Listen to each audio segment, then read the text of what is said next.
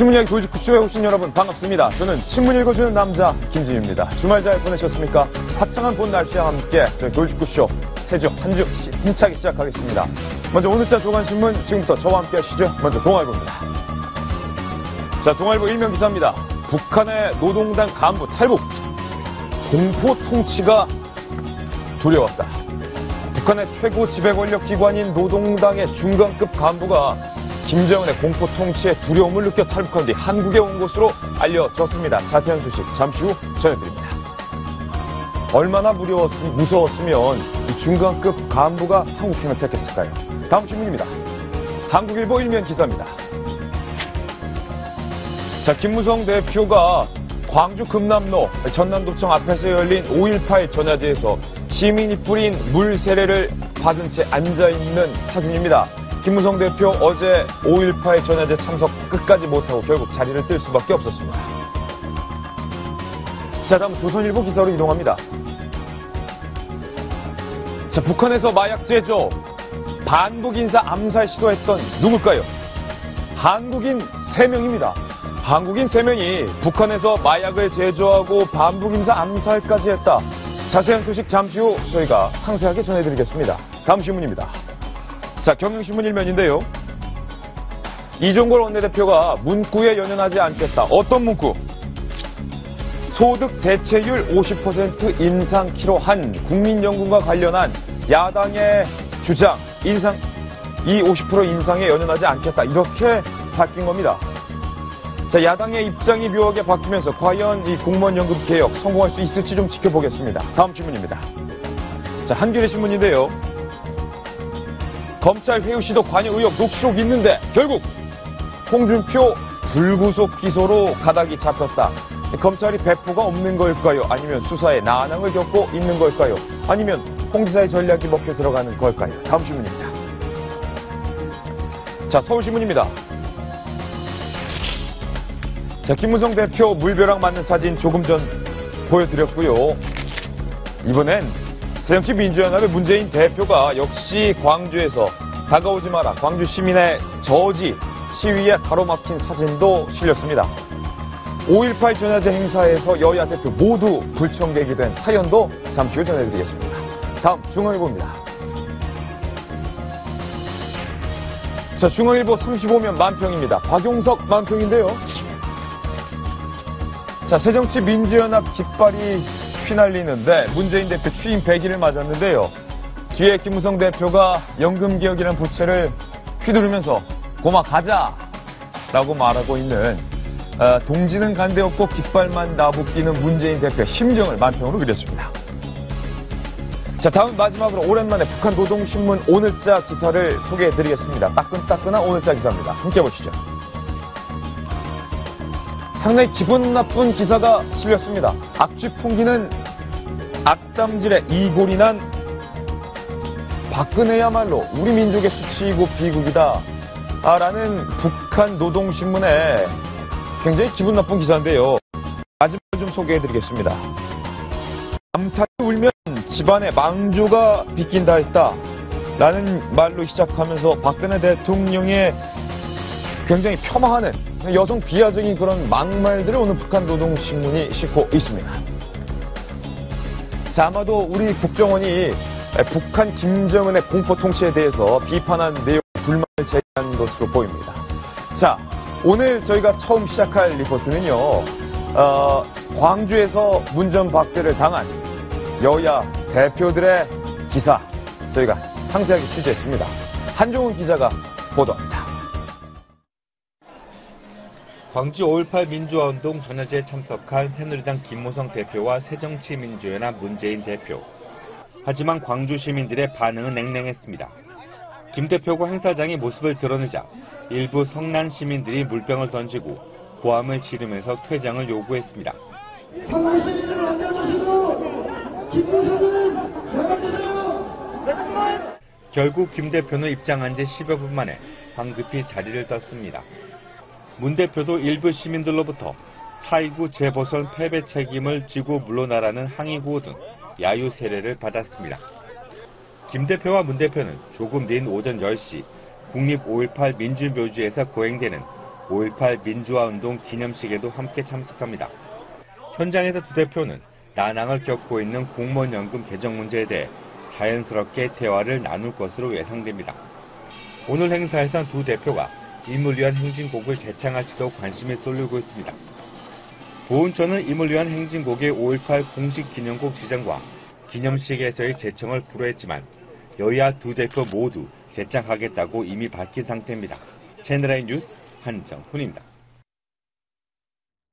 자, 오늘 저희가 만든 첫 번째 돌직구 신문을 확인하시죠. 함께 보시죠. 환영받지 못한 여야 대표. 우리 집에 왜 왔니? 뭐 이런 노래가 지금 나오고 있는데 김무성 대표 물세를 맞았고요. 문재인 대표 다가오지 마라. 이 X 시위를 한 사람들에 의해서 문전막대 당했습니다. 어제 박윤진 전 대변인, 네. 야당의 문재인 대표도 안방에서 환영받지 못했습니다. 광주 민심을 얻으려고 참 많은 노력을 문재인 대표가 했는데요. 예. 지금 당이 어수선한 상황, 그리고 지난 재보궐선거에서 패배, 무엇 하나 제대로 지금 정리하지 못한 채로 광주를 다시 찾았는데 별로 환영하는 분위기가 아니고요. 이렇게 쩍 하고 이렇게 X표를 긋고 있는 우리 집에 오지 마라. 예, 시민의 반응 앞에서 이렇게 아무 말씀 없이 주먹밥을 드셔야 되는 그런 상황을 보면서 예. 안타깝기도 하고 그렇습니다. 예. 자, 안영환 전 의원. 김무성 대표가 물세례를 맞았는데 이정현 의원과 조금 전에 통화를 했는데 이 물 뿌린 사람이 광주 시민이 아니다. 외부 세력에 의해서 물 세례를 당했다. 뭐 이렇게 전해왔는데요. 글쎄요, 뭐 그 많은 뭐 수백 명, 수천 명, 수만 명 모인져서 뭐 광주 시민이 아닌지 구분하기 힘들겠죠. 그런데 이제 저도 물병 던진 게 광주 시민의 대표라고 생각하지는 않습니다. 그런 민심이 광주 시민의 대표성을 가지고 있다고 생각하지 않고요.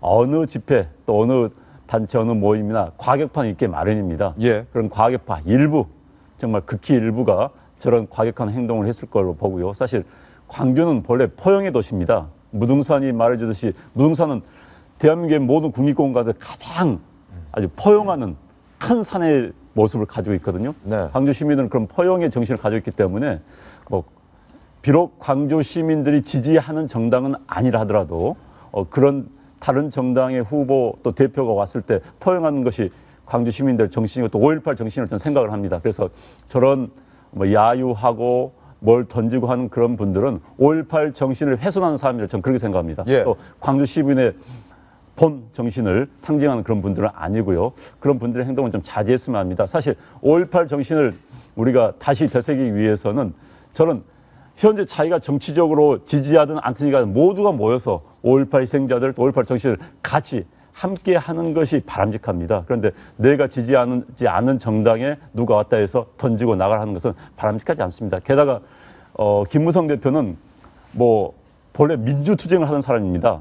물론 YS 김영삼 대통령 밑에서 했지만은 과거 전두환 독재 정권 하에서 민주투쟁을 했고 거기서 정치를 시작한 분이기 때문에 5.18에 대해서 5.18이 터지자 본인이 대한민국 이래서 안 되겠다 해서 정치권에 투신했다는 이야기를 제가 들었습니다. 그렇기 때문에 5.18 정신을 되새기는 차원에서도 저런 일부 멀직한 사람들의 행태는 바람직하지 않다고 봅니다. 예. 저도 어제 야유 세례나 김무성 대표가 물벼락을 맞는 걸 보고 저 반대를 위한 반대를 위해서 저렇게 행동을 해야 됐을까 좀 생각을 들었습니다. 일단 무슨 참석만 하면 이거에 대해서 반대를 하고 그 반대도 전혀 예의 없는 행동을 했다는 것은 그 반대하는 세력도 결국 지지를 하지 못할 것 같아요. 특히 5.18 민주항쟁 기념을 위해서 간 행사인데 여기에 다른 당이 왔다고 해서 반대를 하고 또 선거에 패배했다고 반대하고 이런 모습이 과연 그 행사의 뜻을 위한 것인가 좀 그런 부분에 의심이 들었습니다. 어쨌든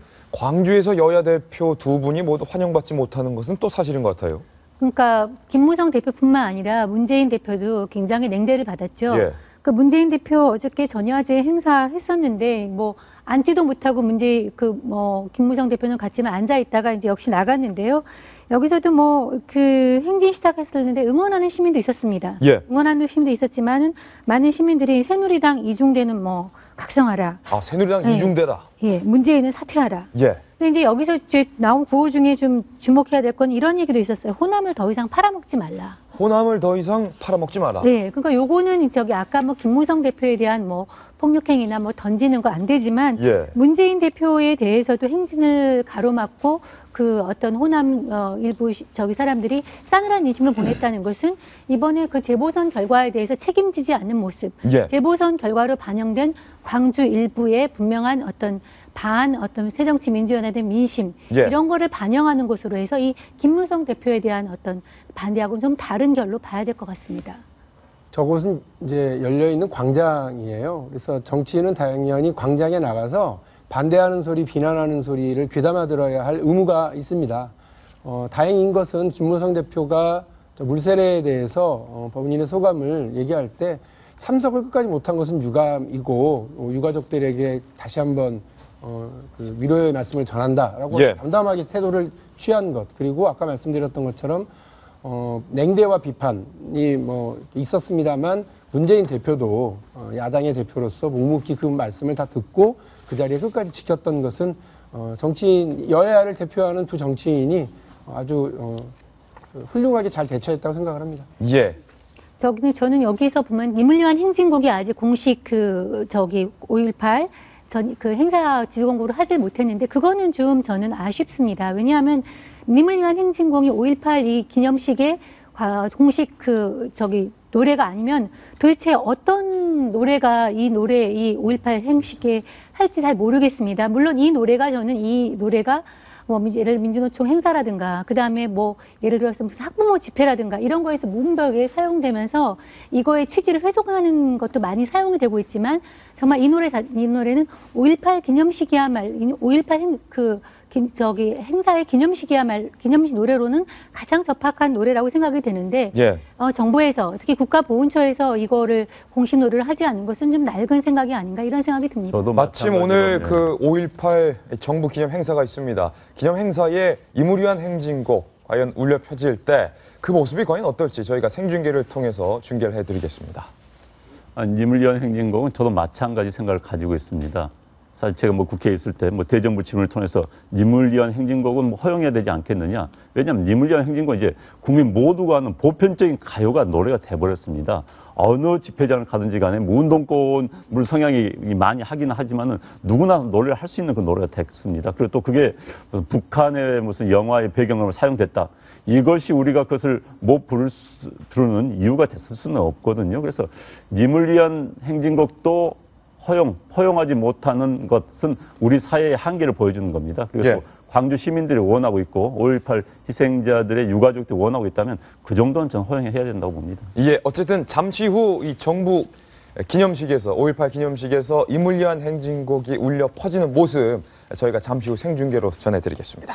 자, 이번에는요, 문재인 대표 얘기가 나와서 말인데요. 취임 100일을 맞은 문재인 대표의 이야기를 좀 더 자세히 해보겠습니다. 신사동 그 사람 첫 번째 주인공입니다.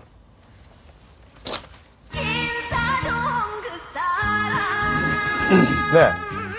친노는 우리가 잘 아는데, 친무는 조금 낯섭니다. 그만큼 친노에 비해 친무는 잘 형성되지 못했다라는 얘기겠죠.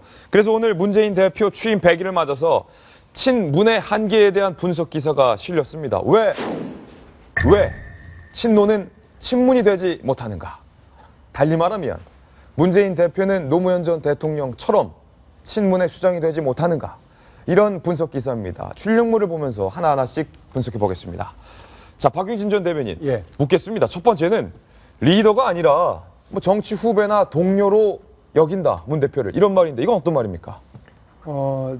문재인 대표는 어쨌든 이른바 노무현 대통령을 이렇게 지지하고 도와주고 함께 했었던 여러 동지 그룹 중에 한 분입니다. 대통령 비서실장이긴 했습니다만 그건 비서일 뿐입니다. 예. 어떻게 보면요. 그러니까 일을 책임지고 쭉쭉 끌고 나갔던 역할은 노무현 전 대통령이 했었다는 거죠. 정치적 리더라기보다는 정치 후배다. 그러니까 이른바 친노로 불리는 많은 국회의원이 있습니다. 예. 대표적으로 이해찬 의원, 예. 한명숙 전 총리 이런 분들을 볼 때는 이제 초선의 국회의원 여러 가지로 돌봐줘야 하고 네. 조언해줘야 되는 대상으로 생각하지 문재인 대표의 이야기를 리더의 어떤 수장의 어떤 말로 듣는 것 같지는 않다. 게다가 처음 출발을 같이 했던 이른바 원조 친노 그룹 이렇게 예. 얘기해야 될까요? 부산 출신의 분들 이런 분들한테는 리더는 그냥 노무현 전 대통령일 뿐, 문재인 대표는 친구 혹은 선배, 동료 이런 정도로만 생각하고 있어서 예. 친문이라고 하는 새로운 가계도가 형성되는 건 아닌 것 같다라고 하는 분석이죠. 그래서 전부터 궁금한 게 있었는데 노무현 전 대통령의 뭐 후계자, 적자 이런 표현은 좀 이상할 수도 있겠습니다만 노무현의 적자는 누구냐? 안희정 지사입니까? 문재인 대표입니까? 제가 어떻게 알겠습니까만은. 아니 보시기에. 예. 근데 여러 명이 그런 거를 얘기를 해요. 예. 실제로 유시민 전 장관도 노무현 대통령의 정치적 경호실장을 스스로 자임을 했고 그런 뜻이다라고 생각을 하면서 국민참여당을 만들었어요. 그리고 또 한 말씀하신 안희정 지사가 있죠. 예. 친노는 이제 뭐 뭐라 그러죠? 패족. 이 말이 생각이 안 났습니다. 패족이라고까지 스스로 선언해가면서 우리는 이제 어렵게 됐다. 은인자중을 근신해야 된다. 이렇게 얘기할 때 어떤 자신의 대표적 발언을 했던 거죠. 그리고 이제 문재인 대표가 있습니다. 이 정치적인 부분들이 있고 또 총리로서 역할을 했었던 이해찬 예. 의원 같은 경우는요. 자타가 공인하는 전략통입니다. 예. 그리고 지금도 현역 의원이고 오선의 의원입니다. 이게 아주 뛰어난 소환도 있고 뛰어난 감각도 있는데 이해찬 의원이 실제적으로 이런 친노그룹 전체의 정치적인 예. 역할들을 조율하고 있다라고 하는 분석들도 있거든요. 예. 그래서 누가 적자다라고 말씀드리기가 상당히 어렵습니다만 지금 기대를 한 몸에 모으고 있는 사람은 문재인 대표인 건 분명하죠. 분명하다. 하지만 정치적 리더라기보다는 동료나 정치 후배로서의 이미지가 강하다라는 분석이었고 정성희 논설위원께서 보시기에 친노 대표 스타들이 참 많은데 안희정 지사, 문재인 대표 제가 두 분만 이야기를 들었는데 누가 적자입니까? 저도 그런 고민을 좀 해봤는데 예. 말하기 좀 어렵습니다. 지금 현재로서는 그 문재인 대표가 비서실장 출신으로서 전면에 나서고 있지만 많은 사람이 차기 주자로 이제 안희정 충남지사, 그러니까 지금 51살이네요. 예. 51살에 51살이 아직 젊고 그 다음에 현직 지사로서의 행정 경륜이 있기 때문에 차곡차곡 쌓아가 있는 사람으로 보고 있고요. 그때는 이제 이광재 의원과 안희정 지사가 뭐 좌 누구 예. 우이정 해가지고 했는데 사실은 이광재 의원에 대해서는 많이 친노의 어떤 노무현을 떠났다. 뭐 이런 분석이 많이 나오고 있더라고요. 예. 그러니까 적자로서 이제 안희정 그 지사가 그걸 승계하고 있다는 이런 얘기도 많습니다. 다만 지금 이제 얘기가 나오고 있으니까 그 문재인 대표의 고민은 그거죠. 본인의 출발이 친노인데 예.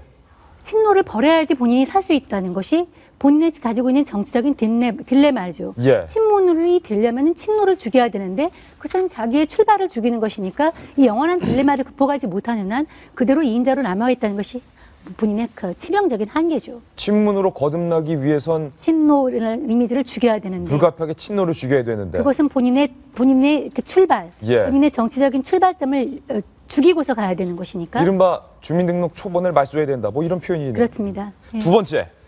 자, 취임 100일을 맞은 문재인 대표. 친문 되지 못하는 이유. 두 번째는요. 2인자 이미지의 한계다. 박용진 대변인. 예. 아무래도 비서실장이라고 하는 자리. 얘가 갖고 있는 한계인 거예요. 그러니까 대통령 비서실장은요, 김기춘 비서실장 예를 들면서 기춘 대원군 얘기를 들었습니다만, 대한민국의 거의 대부분의 이 정무적인 판단들을 다 합니다. 예. 개입합니다. 인사 문제 다 개입해야 됩니다. 예. 그럼에도 불구하고 비서실의 장일 뿐인 겁니다. 그래서 어떤 리더의 역할, 최종 책임의 역할, 고독한 결단 이런 것에서는 조금씩 벗어나 있는 거 아니냐. 네. 게다가 노무현 대통령이 뭐 워낙 카리스마 만빵 이런 분이었기 때문에 그 밑에 부족하는 비서실장은 상당히 그러니까 조용한 스타일, 예. 그림자 스타일 이런 것들이 많이 필요했거든요. 그런 면에서 훌륭한 비서실장이었던 건 맞는 것 같습니다. 그런데 본인 스스로 리더가 되기 위해서 2인자 그림자 어떻게 떨칠 거냐. 신문에서는 이런 얘기를 들고 있습니다. 빌 클린턴과 엘 고어 부통령의 관계.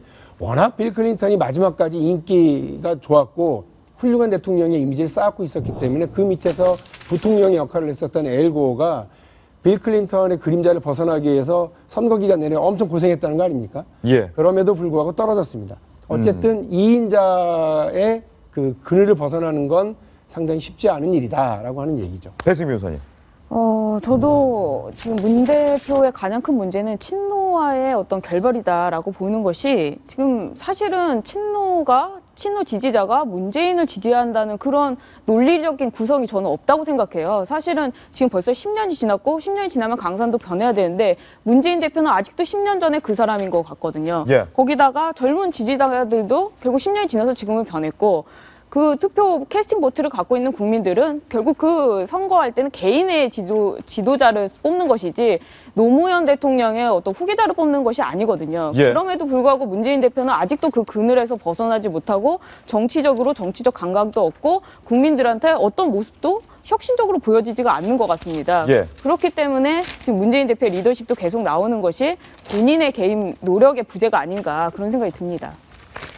이제 문재인 대표는 전 뭐 개인적으로 사실 한 특정 정치를 놓고 이야기하다 보니까 좀 쑥스러운 부분도 있습니다. 그런데 이제 문재인 대표는 저는 굉장히 좋은 사람이라고 생각합니다. 좋은 사람. 그렇기 때문에 과거 노무현 대통령이 문재인 대통령에게 저 사람은 정치에서는 안 될 사람이라고 했었습니다. 노무현 대통령이 오랜 친구 아닙니까? 수십 년 친구이기 때문에 누구보다도 잘할 겁니다. 예. 그런 노무현 대통령이 저 사람 정치에서는 안 될 사람 했다는 것은 문재인 대표의 모든 것을 이야기해 줍니다. 사실 문재인 대표는 지금 당 대표라는 옷이 자기한테 맞지 않는 옷이라고 해서 굉장히 버거워할 거라는 생각이 듭니다.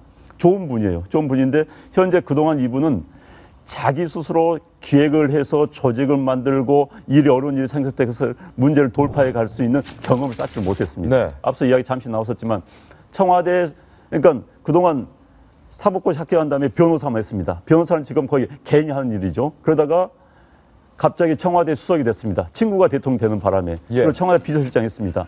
자기가 조직을 만들어보고 위기 돌파를 해본 경험이 없습니다. 그런데 이번에 처음으로 본인이 조직의 수장이 돼봤습니다. 수장이 되는데 야당이 보통 야당입니까? 대한민국 야당이 정말 팔로우십이 없는 야당입니다. 리더십 인정하지 않는 야당입니다. 그런 정당의 수장이 됐습니다. 위기 돌파 능력이 이제 검증되는데 그 검증도 지금 돌파하지 못하는 겁니다. 사실 지금 문재인 대표 같은 경우는 처음으로 자기 일생에서 처음으로 자기의 능력을 시험 받는 데 올랐습니다. 초선 의원이 그러니까 그 당시 대통령 후보가 될 때는 추대형이었죠. 거의 추대형이었죠. 그러다 보니까 쉽게 됐습니다. 자기의 능력으로 된 게 아닙니다. 자기가 상을 차려가지고 먹고 청소까지 한 게 아니라 남이 사려준 창을 먹고 올라왔습니다. 이번에 당대표도 속된 말로 친노 그룹에서 상을 차려서 만들어줬습니다. 먹었습니다. 그런데 이제는 상황 돌파는 본인이 해야 되는 거, 설거지 해야 되는데 그 능력이 지금 없는 것이죠. 그래서 문재인 대표가 제가 보기에는 몸에 맞지 않은 옷을 입고 있다. 본인도 상당히 버거워할 것이다. 그래서 문재인 대표는 본인의 그 능력 향상,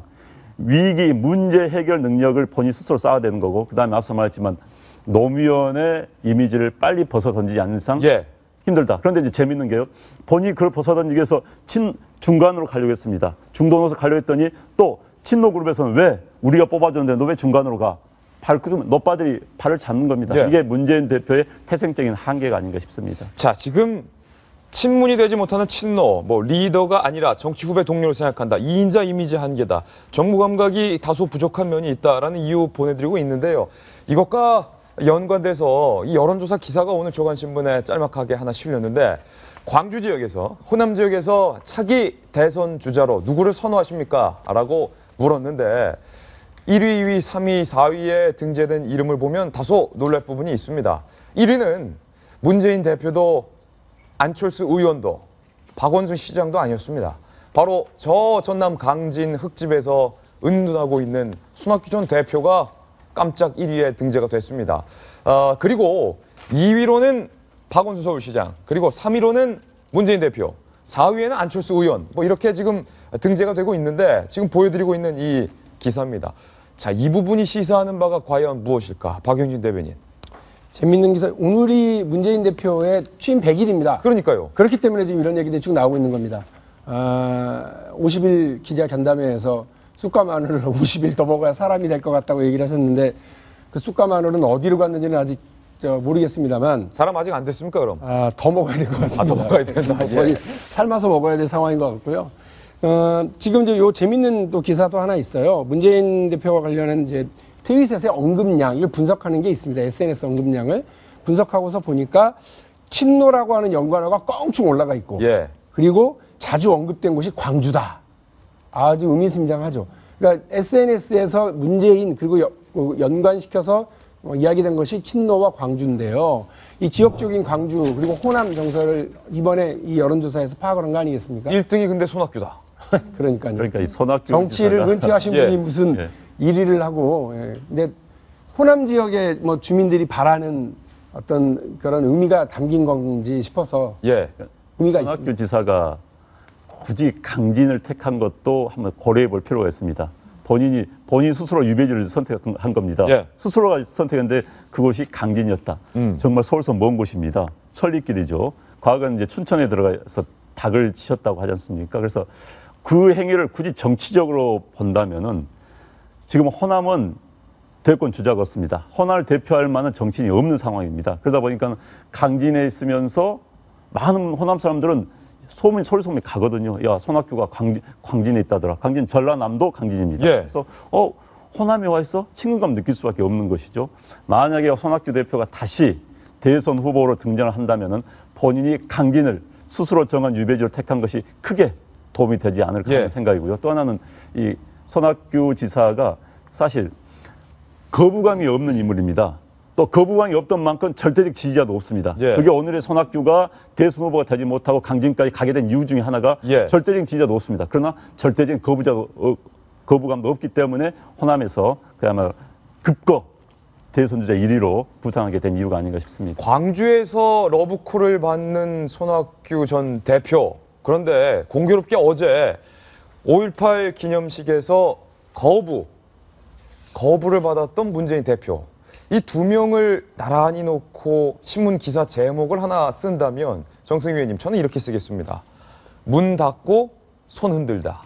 네, 역시 감각이 굉장히 좋습니다. 그러니까 여기 정무 감각의 부재 얘기를 했는데 그런 정무 감각이라고 얘기하면 손학규 저기가 의원이 대단한 거죠. 왜냐하면은 정치인이 여기서 보는 거는 사람들은 그 광주 민심은 버린 사람을, 정치를 안 하겠다는 사람을 지금 택한 것이거든요. 자기 모습의 선거에 대해서 패배한 거에 책임을 지고 예. 아예 은퇴한 사람을 했다는 것은 사람들은 버릴 때 버린 사람을 다시 불러내는 정도로 어떤 자기 책임을 지는 모습에 대해서 평가를 해주고 있는데 문재인 대표 같은 경우는 재보선의 패배의 책임을 지면서도 본인의 책임보다는 정권 심판론을 앞세우고 박근혜 정부에 대해서 경고한다고 했거든요. 그런 사람들은 그런 모습에 대해서 피로감을 느낍니다. 사실 우리가 아까 문재인 대표가 오늘이 100일째라고 했는데 저는 지금 100년까지는 아니지만 굉장히 한 2, 3년 정도 된 것처럼 굉장히 국민들이 피로감을 느끼거든요. 예. 책임질 때 책임지는 모습을 보이지 않는 거에 대해서 그런 것이 바로 아까 말한 정무 감각의 부재이고 오히려 본인이 책임질 때 던진 거에 대해서 나중에 결과적으로 보니까 국민들이 평가하더라. 이런 걸 알 수 있는 거죠.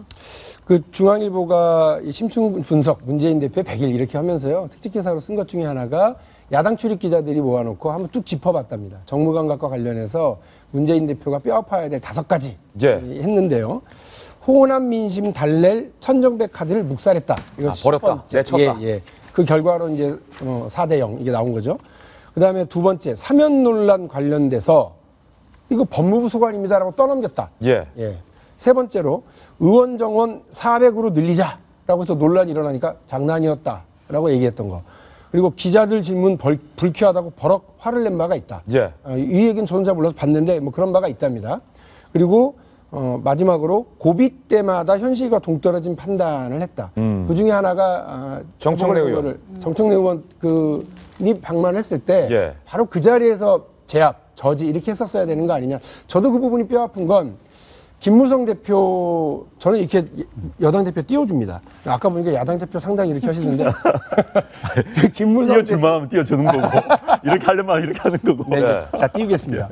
그 김무성 대표도 이런 분란이 최고위원회 자리에 있었어요. 예. 김태호 최고위원이 막 그 협상 비판하고 막 이러니까. 면전에다 그랬죠. 그러니까 면전에 대고 그러니까 마이크를 다시 가져와서 김무성 대표가 상황을 쭉 설명하고 이런 과정이 있었는데 몰랐단 말이냐. 내가 다 얘기하지 않았냐. 뭘 좀 알고 얘기하라. 그냥 버럭 한번 하고 나니까 그 뒤로 잠잠해졌어요. 면박을 줘버렸죠. 예, 그리고 예. 제가 나중에 들었는데 기자들이 다 나가고 비공개에서요. 그 협상 과정 전체를 본인이 스스로 브리핑을 했다고 합니다. 이거 대단한 거죠. 근데 어쨌든 야당에서는 똑같은 상황이 벌어졌을 때 야당 대표가 바로 그 자리에서 제압을 하고 저지를 하고 했었으면 해프닝으로 끝났을 일이 지금까지 온 거 아니냐. 그래서 결국 나중에는 읍참 마속 이런 얘기까지 나오겠던 거니까요. 예. 그 부분이 좀 아쉽죠. 그 부분이 좀 아쉽다. 똑같은 해프닝을 해프닝으로 끝낼 수냐, 아니면은 잠재우지 못하고 큰 사태로 번지게 하느냐, 그 부분에 차이가 있었다라는 박용진 대변인의 정확한 분석이었습니다. 자, 이번에는 분위기를 바꿔서 다음 소식을 전해드릴 건데요. 한국의 마약상들이 북한과 손잡고 북한에서 마약을 제조했다. 그리고 북한으로부터 특정 인물을 암살하라는 지시까지 받았다. 우리 국정원이 수사에서 밝힌 내용입니다. 충격적인 기사를 서완한 기자가 취재했습니다. 검찰에 따르면 택배기사 62살 김모 씨 등 3명이 북한의 대남공작원과 처음 접촉한 것은 지난 1998년. 대남공작원 장모 씨는 필로폰 생산 기술이 있다는 김 씨 일당에게 필로폰 제조를 제안했습니다. 북한의 심각한 경제난으로 자금이 필요했던 대남공작기구와 필로폰을 생산, 유통할 방안이 마땅치 않던 김 씨 일당의 이해관계가 맞아떨어진 것. 김 씨 일당은 필로폰 제조에 필요한 장비를 중국에서 구해 북한으로 들여보내고 화학약품 등 원료는 국내에서 조달해 부산에서 나진으로 가는 화물선에 실어보냈습니다. 남북교류 협력 목적의 화물선을 필로폰 원료 운송 방편으로 악용한 겁니다. 김 씨 일당은 중국 단둥에서 입국해 남파공작원 파견기지로 알려진 황해북도 사리원 연락소로 갔습니다. 김 씨 일당이 북한에서 만든 필로폰은 70kg, 소매 기준 수백억 원 규모입니다. 김 씨 일당은 생산량의 절반인 35kg을 중국에서 판매하려 했지만 실패했습니다. 북한 측이 확보한 나머지 필로폰 35kg이 어디서 어떻게 팔렸는지는 확인되지 않았습니다. 검찰 관계자는 북한이 외화를 벌려고 필로폰을 제조했다는 정보는 많았으나 북한 대남공작 조직이 직접 관여한 정황이 드러난 것은 이번이 처음이라고 밝혔습니다. 채널A 뉴스 서한환입니다. 자, 오랜만에 우리 검찰이 아주 훌륭한 수사를 했습니다. 검찰이 밝혀낸 60대 김 씨를 포함한 남한의 마약 상들 3명이 북한으로부터 자금을 받아서 북한으로 넘어가서 북한이 제공한 안전한 장소에서 수백억 원치의 마약을 제조했는데 문제는 그 뒤로부터 북한 정찰 총국에서 특정 인사, 북한에 반대하는 특정 인사를 암살하라라는 지시를 받고 암살 준비 계획에 돌입했다. 그것도 남한 땅에서. 충격적인 내용인데요. 정성희 논설위원님, 이 부분이 어떻게 보십니까? 오늘 아침에 가장 핫한 뉴스가 아닐까 싶어요. 저도 깜짝 놀랐습니다. 근데 이제 발생 시기를 봐야 되는데 2000년입니다. 2000년이면 우리가 김영삼 대통령 시절인데요. 개성공단이 우리가 그 김대중 정부 시절에 있었으니까 사실은 개성공단 하기 전에 그 지하에서 남북 경협이 있었던 게 아닌가 하는 생각이 들어요. 그러네. 웃지 못할 경협이네요. 웃지 못할 그런 사건인데요. 2000년에 이 세 사람이 그 마약상 3사람이 중국을 통해서 북한으로 넘어간 것이죠. 이게 말이 됩니까? 영화 같은데요. 예, 중국에서 압록강을 건너서 넘어가서 이 제조한 곳은 어디냐? 황해도 사리원입니다. 황해도면 우리랑 가깝지 않습니까? 거기까지 와가지고 공장을 차려놓고 필로폰을 만들었는데 북한 정찰 총국에서 비밀스러운 공장을 북한 땅에 차려준 다음에 북한으로 수시로 드나들면서 그 공장에서 만들었다 이거 아니에요? 그렇습니다. 이게 사실은 보면 이렇게 압록강을 건너서 황해도 사리원까지 갈 때 북한의 보위부가 에스코트를 하고 갔다고 합니다. 그렇게 해서 황해도 사리원에 가서 필로폰을 이제 70kg 금액으로 보면 제가 감이 안 되는데 수백억어치라고 그랬는데 아까 뉴스를 보니까 230만 명이 투약할 수 있는 분량이라고 그럽니다. 정말 어마어마한 마약이네요. 예, 그거를 만들어서 북한 절반을 본인들이 갖고 절반을 유통을 하기로 그렇게 하고 사실 만들었죠. 만들어서 가지고 나왔는데 중국으로 가지고 나왔는데 판매에는 실패했다고 합니다. 그렇군요. 판매는 실패를 했고 나머지는 이제 북한에 남겨놓고 와서 북한은 아마 다른 루트로 유통을 했던 것 같습니다. 예. 그런데 여기까지도 참 충격인데 배승희 변호사님, 그 뒤에 이어지는 이야기가 사실은 놀랍습니다. 북한 정찰총국이 마약을 만들던 사람들을 악용해서 이용해서 남한 내에 있는 반북한 인사들을 암살하라. 참 대단한 시도를 한 것 같은데요. 이 사람들이 또 죄책감이 없이 또 이런 거를 북한과 같이 했다는 것이 더 놀랍습니다. 근데 이번에 검찰에서 굉장히 좋은 일을 한 것이 공소시효가 15년인데 만료 2개월 전이라고 해요. 2개월 전에 극적으로 잡아서 공조수사를 통해서 공소 기소를 하게 됐는데요. 실제로 그 필로폰 제조하는 것을 국내에서 돈을 많이 벌지 못하자 죄책감 없이 이렇게 했다는 것에 대해서 좀 안보 문제도 가담이 되고 양심 없이 우리나라에 아직도 이런 사람이 있나 생각도 들고 좀 범죄자를 좀 강하게 처벌해야 되는 것이 아닌가 생각이 듭니다. 이 대목에서 좀 자세히 주목해 볼 인물, 북한이 이 마약상들에게 암살하라고 지정한 암살 대상자 2명의 이름이 이번 검찰 수사에 등장합니다. 한 사람은 작고한 황장엽 전 노동당 비서, 두 번째는 탈북자 출신으로 강한 북한의 체제 비판에 앞장서고 있는 강철환 씨입니다. 자, 안용환 전 의원. 네. 황장엽 전 비서와 강철환 씨를 북한이 콕 집어서 암살하라라고 이렇게 구체적으로 지시했다. 시사하는 바가 큽니다. 사실 저런 시도가 오랫동안 있었습니다.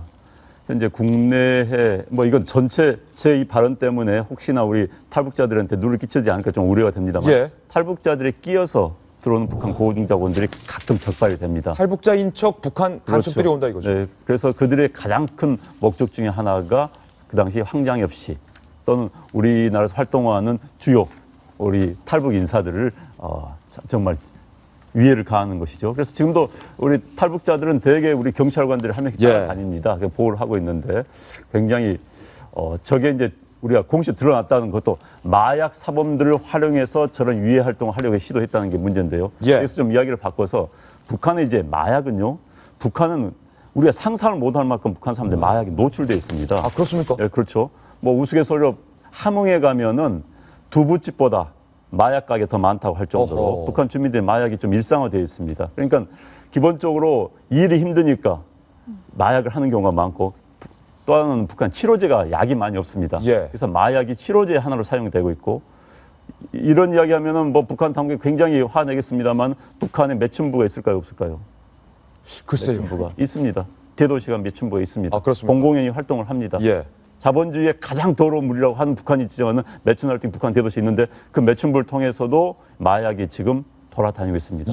특히 이제 북한 같은 경우는 개마고원 일대에서 조직적으로 마약을 재배를 하지요. 개마고원 일대에서. 그래서 그것을 요즘은 좀 뜸합니다만 과거 외교관들을 통해서 외교관들 외교 횡단을 하기 때문에 뭐 관세 절차를 거치지 않습니다. 통해서 국제 마약 사범들에 팔려고 해서 마약이 외화벌이 한 수단으로 됐고 그동안 이제 중국에 많이 갖다 팔았습니다. 그런데 이제 중국 당국에서 워낙 심하게 제재를 하다 보니까 요즘 팔로가 차는 상태인데 북한은 마약이 주민들의 워낙 많이 재배를 많이 하니까 주민들에게 많이 유포되어 있고 그것을 외화벌이 수단으로 활용하고 있다. 그래서 이제 그 기술이 딸리니까 남한의 기술자까지 데려다가 그 마약 필로폰을 제작하려고 했다는 게 이제 오늘 새로운 게 드러난 것이죠.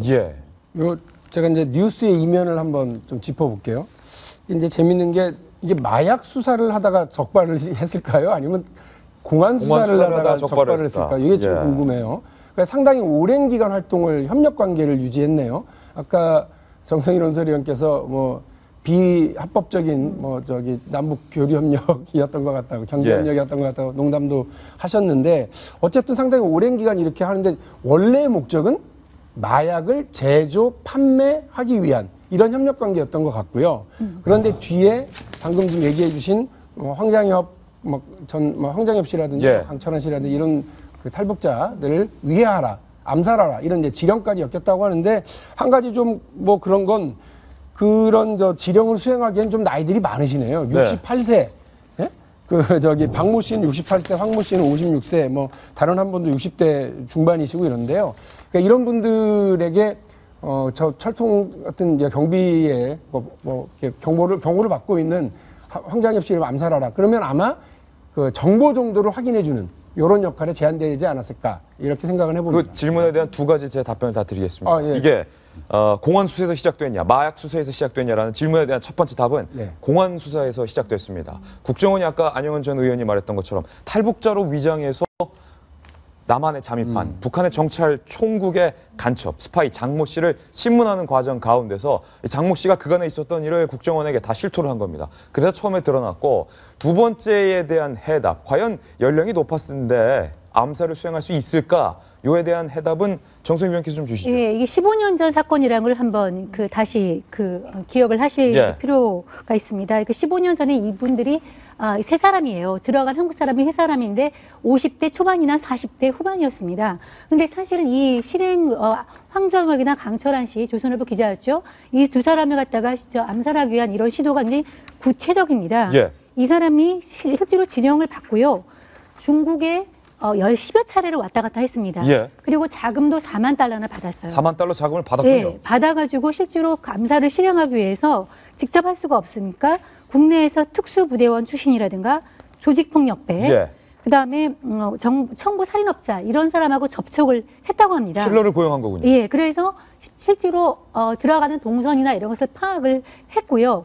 그래서 이런 거 갖다가 정기적으로 북한에 보고를 했던 정황이 나와 있습니다. 예. 그런데 이제 문제는 실행 날짜까지 정했던 것도 나와 있고요. 그런데 이제 중간에 중지됐던 이유는 황장업 씨가 이제 자연사 하기 전이었지만은 우선 자금이 북한에서부터 안 왔습니다. 원래는 성공 자금 100만 달러를 받기로 했는데 4만 달러를 받고 이제 받은 데서 그 다음부터 자금이 오지 않으니까 이 사람들은 돈에 따라 움직이는 사람이니까 중지가 됐던 것이죠. 만약에 이 사람들이 정말로 돈을 받고 했으면 또 황장업 씨와 강철아 씨는 둘러싼 역사는 또 달라졌을 수 있는 것이죠. 이 사람들이 저런 수사는 국정원에서 다 합니다. 근데 이제 우리나라는 기소권은 검찰에 가져있기 때문에 국정원에서 다 잡은 다음에 검찰에 넘겨줍니다. 그럼 검찰이 추가 수사만 하는 경우죠. 그런데 이제 그때 발표를 할 때 국정원과 검찰이 약간 신경전을 벌입니다. 그래요? 누구 공으로 할 것인가? 국정원은 우리가 다 잡았는데 검찰이 생색내게 하느냐? 이런 이야기 하기 때문에 현재 그래서 이제 출입기자가요. 서울중앙지검 출입기자들이 국정원 출입기자를 같이 합니다. 사건이 같기 때문에. 그렇기 때문에 국정원은 이런 발표를 위해 검찰이 있다면 서로 약간 섭섭도 하겠죠. 우리가 다 잡았는데 말이야. 생색은 저쪽에서 되고. 원래 음지에서 일하고 그렇죠. 양지하는 그러니까 요즘 국정원이 대민 활동을 그런 거 많이 홍보를 하려고 합니다. 이미지를 높이기 위해서요. 자기들도 역할을 한다. 그렇죠. 예. 그렇군요. 유면을 하나 더 말씀드리면 이렇습니다.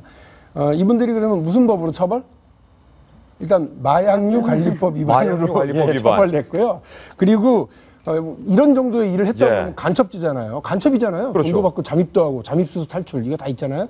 그럼에도 불구하고 그냥 국가보안법 목적 수행 정도로 제공한 정보가 미약하다라고 하는 게 검찰의 기자에 대한 인터뷰입니다. 그렇군요. 이들이 황장엽 전 비서를 암살하는 수단으로 자동차로 치여서 교통사고로 위장하거나 아니면 흉기를 이용해 직접 사살하는 방법까지 논의됐다고 하니까 정말 끔찍한 일이 아닐 수 없습니다.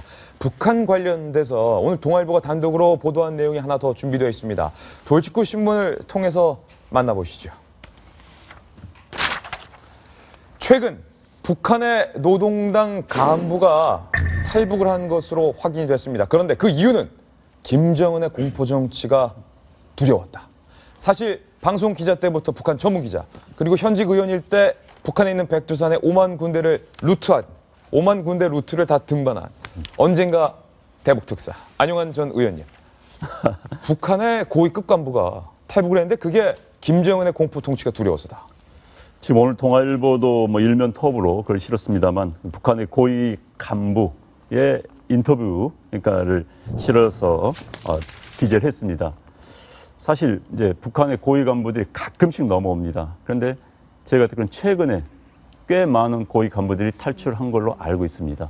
네, 그렇기 때문에 이들의 이제 이유는 여러 가지 있습니다. 개인적인 사정들이 주를 이루죠. 그 중에서 누구는 북한에서 이제 비리 때문에 처벌 받은 게 도망온 경우도 있는데 최근에 북한의 공포 정치가 두려워서 탈북했다는 사람이 늘어났다는 것. 이것도 굉장히 이제 새로운 현상입니다. 그래서 현재 북한의 고위 간부는 북한은 크게 따지면 이제 직책이 비서급, 노동당 비서급 부총리급입니다. 그 다음에 행정부 부장, 노동당 부장이면 장관급. 그 다음에 부부장이 처관급이고, 그 다음에 이제 과장이 있습니다. 과장이 우리처럼 1급 국장급인데 1급 국장급 정도면 이른바 중간 간부이자 고급 간부인데 이들급의 인사들이 지금 국내에 몇 명이 내려와 있고 지금 북한 사정에 대해서 이야기를 하고 있는 것으로 알고 있습니다. 그런데 이제 핵심은 북한 김정일 정권이 지금 굉장히 흔들리고 있다. 그래서 최고의 통치, 고위 간부에 대해서까지 영향력이 떨어지고 있다는 것을 보여주는 사례거든요. 그래서 지금 오늘 신문도 잠시 보도를 했었습니다. 북한 노동신문이 박근혜 대통령을 폄하하는 걸 올렸지 않습니까? 그래서 현명철 처형에 대해서 남한 측에 보이는 반응에 대해서 굉장히 거부반응을 일으키는 그런 기사를 계속 전했는데 그래서 핵심은 그겁니다. 왜 김정은이 지금 제대로 통치 못하고 지지 기반, 통치 기반이 약하다는 거에서 북한 김정은 굉장히 기분이 나쁜 겁니다. 또 그것이 북한 주민들에게 알려질까 두려운 거죠. 그래서 이제 강하게 지금 반발하고 있는 겁니다. 그래서 북한 김정은이 여러 측면에서 지지 기반이 흔들리고 있는 것은 맞는 것 같습니다. 이처럼 많은 간부들이 넘어오고 있는 것은 본다면요. 그래서 북한 간부들도 인간이기 때문에 공포를 두려워하지 않을 수가 없는 겁니다. 그런 심리 상태에 이제 이런 행동으로 나타나는 것이죠. 예전에 그 북한 고위급 간부 중에 정말 예전의 일인데 전투기 몰고 아예 전투기째 넘어온 분도 계셨어요. 이은평. 1983년 기억이 선명하네요. 근데 저도 생생해요. 이거 보니까 우리도 요즘 공무원들이 복지부동 한다 그러는데 북한의 노동당 간부도 복지부동이군요. 복지부동이네요, 예. 거기도. 예. 왜냐하면 지금 말한 대로 이런 좀 다른 것이 권력의 핵심에 들어가는 것은 북한도 원하는 일입니다. 그런데 권력의 핵심에 김정은이 가까울수록 이렇게 느닷없이 처형당하거나 수청당하는 것이 너무 많으니까 아예 그 자리에 안 가려고 하는 것이죠. 특히 이제 이 젊은 지도자 김정은 같은 경우는 예. 어떤 지시나 명령을 수행하고서 그것에 성과를 못 내면은 바로 처형하는 그런 공포 통치를 시행하고 있으니까 예. 성과를 내야 되는 자리에 안 가려고 하는 것이죠. 예. 성과를 못 내면 이 파리 목숨이 되니까. 그래서 이 공포의 나날을 보고 있는 사람들이 아예 그 자리를 안 가는 건 물론이고 그렇지 두려움을 느낀 나머지 아예 탈북하는 그런 일까지 있어서 그리고 그 주로 탈북하는 강부들이 다른 것도 아닌 김정은의 핵심 지지 기반인 노동당에 가다 예. 하는 것이 굉장히 놀라운 소식이죠. 그렇군요. 김정은이 최근에 반발했습니다. 남한까지 쫓아가서 탈북한 사람을 처벌하라 이런 명령까지 내렸다고 하니까 김정은이 왜 열받은가, 그리고 왜 고위급 간부의 탈북이 이어지고 있는가 시사하는 바가 큰 것 같습니다. 자, 이번에는 신문 속 사람들의 이야기, 신사동 그 사람 두 번째 인물로 넘어갑니다. 함께 보시죠.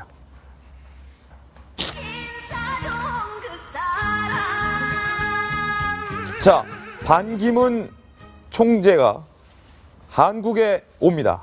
송찬욱 기자가 취재했습니다. 반기문 유엔 사무총장이 오늘 한국을 방문합니다.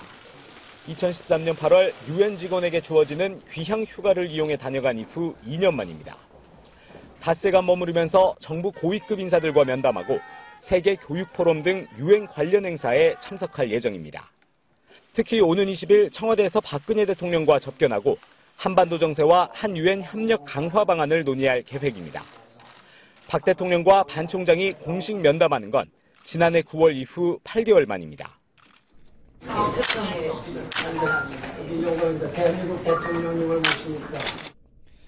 반 총장은 다만 이번 방문이 정치적으로 해석되는 것에 대해 상당한 부담을 느끼는 것으로 전해졌습니다. 본인은 여러 차례 선을 그었지만 여전히 반기문 대방문이 잠복해 있고 성완종 경남기업 회장이 반 총장과의 관계 탓에 검찰 수사를 받았다고 주장한 상황. 정치적 오해를 차단하기 위해서인지 반 총장은 귀국 때마다 찾았던 고향 충북 음성도 이번엔 방문하지 않기로 한 것으로 알려졌습니다. 채널A 뉴스 송찬욱입니다. 자, 반기문 총장이 오랜만에 한국을 찾는데 고향을 방문하지 않는다. 정 의원님. 근데 꼭 한국에 올 때마다 충북 음성 고향을 찾았는데 이번엔 왜 안 찾을까요? 저도 이제 고향 안 찾은 건 처음입니다. 물론 예. 행사는 이제 고려대에서 열리는 세계 교육 포럼의 행사에 연설을 하기 위해서 하는 것인데 개인적으로는 바쁘다고 말씀을 하실 수 있겠지만은 보통은 이제 고향에 들어가 선친의 묘소에 꼭 참배를 했던 걸로 봐서 이번에는 소위 말하는 이제 충청에서 열고 있는 충청 제막론 이거와 본인이 무관하다. 예. 그래서 정치적인 어떤 해석을 경계하기 위해서 일부러 안 찾지 않나 이런 생각이 듭니다. 사실은 충청 반기문 대막론에 대해서는 우리가 여러 번 얘기했지만 외교가에서 나오는 것이 있고 그 다음에 성완종 전 경남 기업 회장부터 나오는 것이 있었는데 제가 외교관에서 듣기로는 본인은 생각이 없다 이런 얘기가 많이 들렸고요. 특히 가장 반대자가 사모님이라고 합니다. 그 부인이 7년에 걸친 반기문 총장의 임기 10년에 굉장히 지쳐있고 쉬어야 된다. 절대로 안 된다. 그래서 역시 내부에서 부인이 안 된다고 하면 안 되는 것인데 저는 그런 얘기를 많이 들었는데 이제 성완종 그룹을 중심으로 해서 계속 해야 된다. 이런 얘기가 나왔는데 이번에 대해서는 본인이 아니다라는 의사 표현을 이렇게 우회적으로 하는 것 같습니다. 그러니까 반기문 대막론에 좀 몸을 조심하기 위해서 고향을 안 찾는다라는 이유도 있을 것 같고 배승희 변호사님. 최근 성완종 리스트 사태와 관련해서 사실은 반기문 총장도 이름이 여럿 올랐는데 성완종 사태를 좀 의식하는 측면도 있으신 것 같아요. 없지는 않으신 것 같아요. 예. 그렇기 때문에 고향도 방문 안 하시는 것 같은데 사실 그거를 신경 쓰지 않는다면 고향 방문도 하고 평소대로 하셨겠죠. 그렇지만 그걸 신경 쓴다는 것인데 저는 좀 대막론이 너무 일찍 나온 것이 아니었나. 너무 일찍 나왔다. 네. 그리고 굉장히 너무 일찍 나와서 이미지를 다 퇴색시켜버렸다. 그리고 성완종 리스트에 의해서 사실 반기문 총장이 굉장히 깨끗한 이미지가 있었는데 그것마저도 좀 불리하게 됐다. 예. 많은 국민들이 이분도 충청 포럼에서 돈을 받았구나. 또 많이 이 성완종 회장이 많이 도와줬구나라는 거를 사람들이 알게 되고 또 반기문 총장의 동생분도 지금 경남 기업에 연결이 돼 있잖아요. 그런 걸 보면 아무래도 합리적인 생각을 가진 분들이라면 반기문 총장도 깨끗한 정치인은 아니었네라고 생각한 게 많아서 이제 대망론에 의해서 여야가 데려갈 만한 사람은 아니지 않는가 생각이 듭니다. 그러면은 여야 쪽 분위기를 직접 물어볼게요. 최근까지만 해도 반기문 총장은 여당 쪽 인물이다. 무슨 말이냐? 야당에서 장관한 사람이다. 서로 땡겨가려고 난리였습니다. 요즘은 좀 어때요, 양쪽? 저희는 정신이 없어서 정신이 없어서 반기문 신경 쓸 데가 없다. 외부분을 모셔온다 이런 얘기를 하기도 웃은 상황인데요. 예. 뭐 배승희 변호사 참 짚어줬습니다만 어쨌든 반기문 총장의 인기가 확 갑자기 올라가게 되는 데는 이른바 그 차기 주작감이 없는 여당의 친박계 비주류죠. 이상하게 비주류입니다. 대통령 측근들입니다만 당에서는 비주류인 친박계. 그 얘기는 나중에 해주실 거고요. 야당에서도 이제 동계 사실 정치 원로인 권노갑 상임고문이 찾아왔었다고 두 명이. 그리고 그것이 아마 이렇게 얘기가 돼서 뭐 야당 쪽 인사다. 그리고 사실은 뭐 장관도 시켰고요. 노무현 대통령 시절에. 그다음에 누가 유엔 사무총장으로 만들려고 적극적으로 노력했습니까? 노무현 전 대통령입니다. 그렇죠. 이런 것들을 생각하면 우리 야당 쪽 사람이다라고 얘기를 이렇게 주장을 했던 거죠. 그러면서 주가가 막 올라가고 그랬었는데 지금 상황에서 야당이 일단 어수선합니다. 야당 어수선하다. 예. 본인도 스스로 성완종 전 회장과 관련된 것에서 잘 모르는 사이다라고 얘기를 했는데 가족 간에 식사하는 자리에도 이렇게 또 자리에 참여하고 이랬던 것이 또 드러나서 상당히 곤혹스러운 상황이거든요. 예. 이런 면에서 야당이 뭐 다시 이분을 이렇게 해보자라고 하기에는 그냥 그때 찾아왔었으니까 그랬던 걸 겁니다. 예. 그러니까 뭐 마찬가지 이야기죠. 그러니까 어느 정당 내에서나 좌파 내에 유력한 대권 후보가 없는 쪽에서는 반기문 현 총장은 기반이 없으니까 어느 정당 내 기반이 없기 때문에 우리가 기반을 만들어주고 모셔오면 될 것이라는 생각을 그런 정치적 상상력을 할 수 있는 것이죠. 그런데 이제 기본적으로 반기문 총장은 정치가형 인물은 아닙니다. 우리 정치권이 하는 정치적 묶기는 아니죠. 그래서 이번 성완종 리스트에 오르내리면서 뭐 충청 포럼의 창립 멤버였다. 성완종 씨가 내가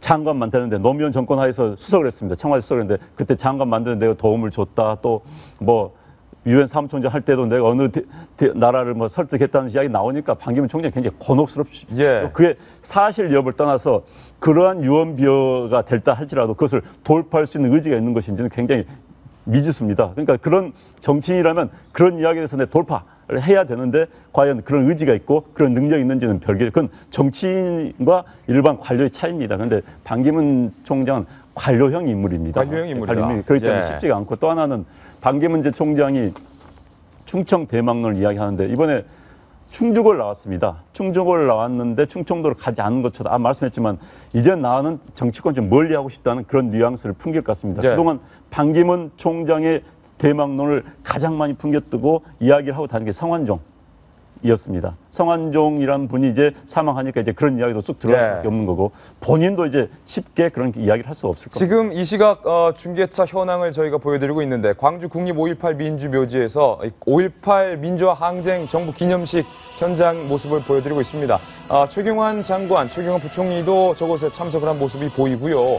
김무성 새누리당 여당 대표도 지금 민주화 항쟁 기념식 행사에 참여를 하고 있습니다. 입장하기 전에 김무성 대표가 도착을 해서 이런 말을 했습니다. 임을 위한 행진곡, 요즘 국가보훈처, 정부에서 재창 금지 때문에 논란이 많은데 어떻게 부르실 겁니까? 라고 기자가 어떻게 보면 조금 어려운 질문을 던졌는데 김무성 대표가 5.18 민주화 항쟁 기념식을 맞아서 임을 위한 행진곡 나 오늘 무렁차게 부를 거다. 라고 조금 전 입장을 밝혔습니다. 임을 위한 행진곡에 과연 오늘 재창이 될지 여부가 5.18 민주화 항쟁 기념식을 보는 또 하나의 스코프가 될 것 같은데요. 자, 정수임 위원님. 지금 5.18 기념식 시작됐는데 김무성 대표 임을 위한 행진곡 부르겠다. 뭐 이렇게 밝혔어요. 예, 여기서는 이제 당청 관계에서 당이 이기게 됐네요. 즉 여당의 대표가 임을 위한 행진곡을 부르게 되면은 정부가 그거를 그 기념곡으로 제정하지 않겠다는 것이 논리적 근거를 잃게 되고요. 지금 여론 자체도 지금 너무 보수적으로 임을 위한 행진곡이 그 해석을 하고 있고, 임을 위한 행진곡이 오용된 거, 잘못 사용된 몇 가지 사례를 해서 안 된다고 하는 그 정부의 해석이 굉장히 협소하다는 것을 인정하는 것으로 보입니다. 그렇죠. 일단 대한민국 국민들의 민의를 반영하는 국회에서 저렇게 지정하고 재창토록 하라고 하는 결의안을 통과시켰어요. 네. 여야의 대표들이 다 참여했고요. 그런 결의안을 통과시켰는데 세상에 국가보훈처라고 하는 데에서 보훈처장이 임의로 저렇게 규정하고 사소한 문제를 가지고 국민 여론을 나누고 갈등을 만드는 건 옳지 않다고 생각합니다. 김무성 대표가 임을 위한 행진곡 제창할 것이다라고 밝히고 어제 사실은 물병 세례를 맞지 않았습니까? 물병 세례 맞은 거에 대해서 아주 기분이 어떠셨어요? 라고 기자들이 묻자 이렇게 답했습니다. 어제 시민들과 함께 아픔을 함께하려 왔지만 저희 때문에 행사가 중단돼서 죄송하다. 광주 시민들이 아니라 외부에서 온 과격한 사람들이다. 라고 설명을 하면서 나는 광주 시민에게 물병 맞은 것이 아니다. 외부 과격 세력에게 물병을 맞았다.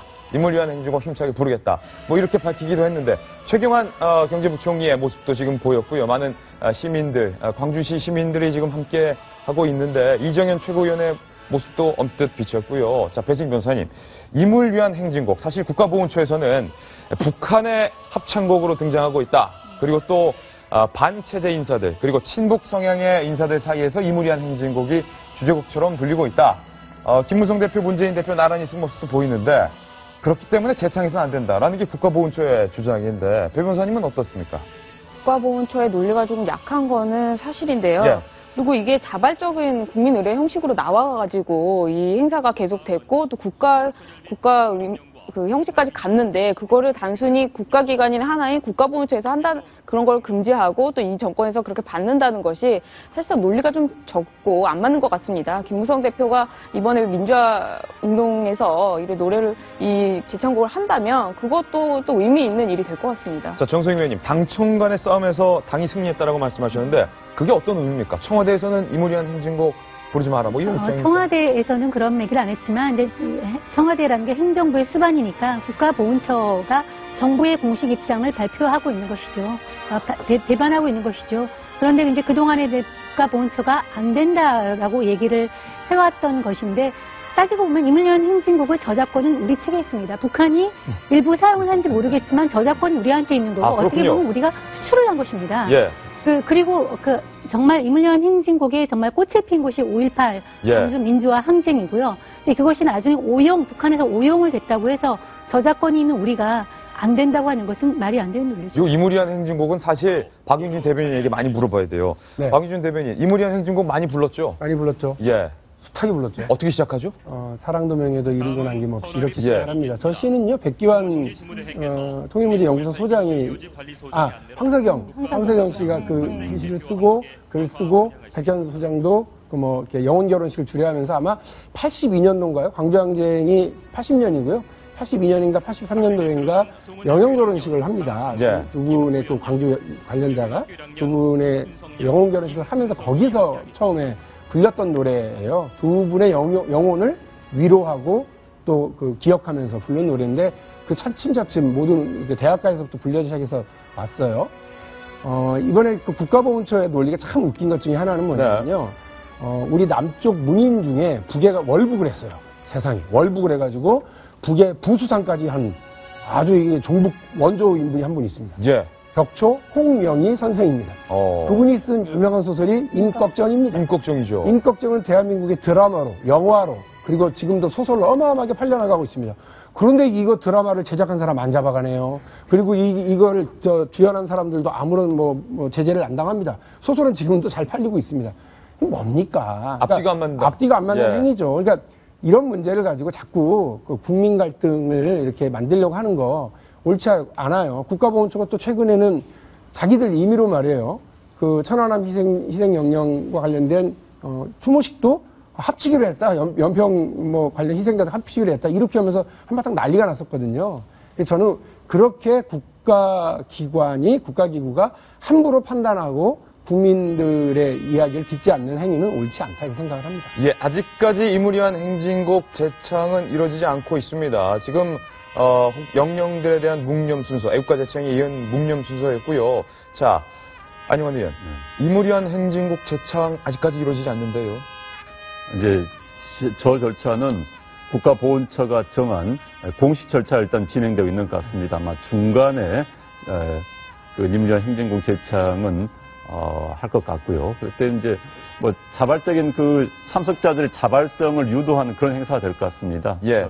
뭐 지금 정의화 국회의장도 참석을 했고 정의화 국회의장도 뭐 과거 국회에서 결의안이 나왔기 때문에 본인 노래를 부르겠다고 했기 때문에 저 자리는 모두가 다 부를 수밖에 없는데 오히려 국가보훈처장이 오히려 왕따가 되는 그런 분위기가 돼버렸습니다. 그래서 지금 저희가 사실은 중계를 해드리고 있습니다. 네, 아마 임무리한 행진곡은 잠시 후에 행사가 무르익었을 때 아마 다 같이 부를 것 같은데 국가보훈처장도 저 자리에 참석을 하고 국회의장도 참석을 하고 여당 대표, 야당 대표 다 참석을 합니다. 임무리한 행진곡 다 재창할 것으로 현재 분위기상은 보이는데.